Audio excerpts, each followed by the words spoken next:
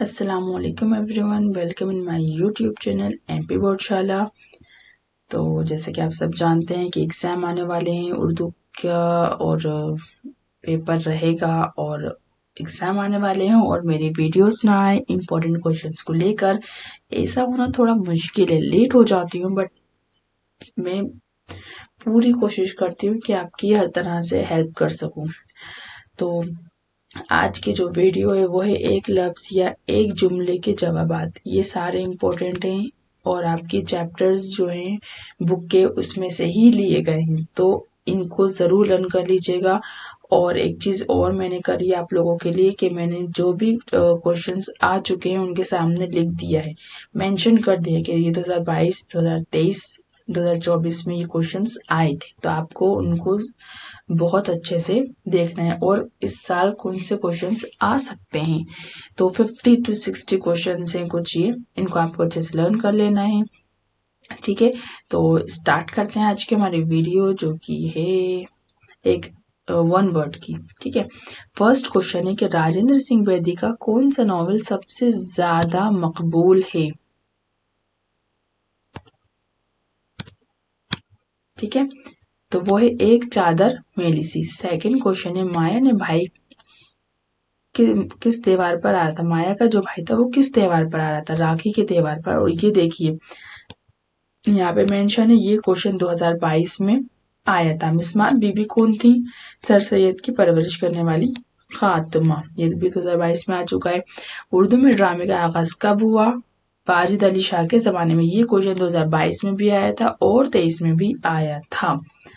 Next ہے محمد اقبال نے فلسفے کی تعریف کس سے حاصل کی؟ محمد اقبال نے فلسفے کی تعریف پڑھ رہی ہوں، تعلیم پروفیسر اولن سے حاصل کی۔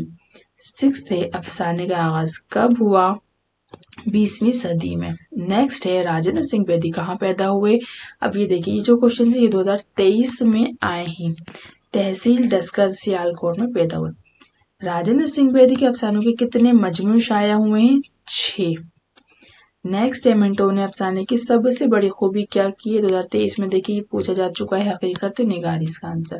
نیکسٹ ہے سعادت حسن منٹو کے 2 افسانوں کے نام لکھیے، ایک تو چوکت اور سیاہ حاشیے۔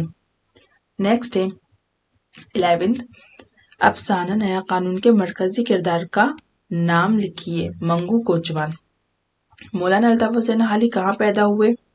پانی پت میں۔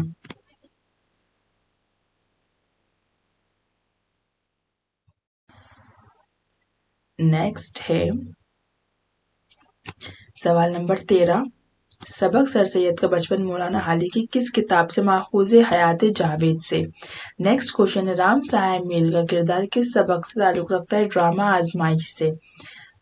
کوشچن نمبر 15 ہے ڈاکٹر عابد حسین نے مہاتما گاندھی کی خود نوشت کا ترجمہ کس نام سے کیا ہے؟ یہ تلاش حق کے نام سے۔ نیکسٹ ہے گاندھی جی کو اہنسا کا عملی سبق کس سے ملا؟ گاندھی جی کو اہنسا کا عملی سبق اپنے والد سے ملا۔ آپ والد سے بھی لکھ سکتے ہو۔ پھر 17 پر گاندھی جی نے اپنا اعتراف نامہ کس کو دیا تھا؟ اپنے والد کو، یہ 2023 میں بھی آ چکا ہے۔ اور بابا اردو کیسے کہا جاتا ہے؟ مولوی عبدالحق کو۔ یہ کوشچن 23 میں بھی آیا ہے اور 24 میں بھی آیا ہے، ہو سکتا ہے 25 میں بھی آ جائے۔ نیکسٹ ہے ایک عام آدمی ماحولیاتی مسئلے کو کس طرح دیکھتا ہے؟ سائنسی مسئلے کے طور پر۔ ریاضیات کا امام کسے کہا گیا ہے؟ فانی بدایونی کو۔ 21 ہے استاد منگو کا پیشہ کیا تھا؟ استاد منگو ایک کوچوان تھا، یعنی تانگا چلاتا تھا۔ یہ 2024 میں آیا ہے۔ ریاضیات کا امام کسے کہا گیا ہے؟ یہ 2023 میں بھی آیا اور 24 میں بھی آیا۔ نیکسٹ ہے ارسطو نے ڈرامے کے کتنے اجزاء ترکیبی بتائیں؟ 6۔ ڈرامہ آزمائش کی مجاہد عورتوں کے نام لکھیے، سلمیٰ اور کشن کور۔ نیکسٹ ہے غزل کس زبان کا لفظ ہے؟ عربی زبان کا۔ 25 پہ ہے غیر مردف غزل کس طرح کی غزل کہلاتی ہے؟ جس غزل میں ردیف نہ ہو وہ غیر مردف غزل کہلاتی ہے۔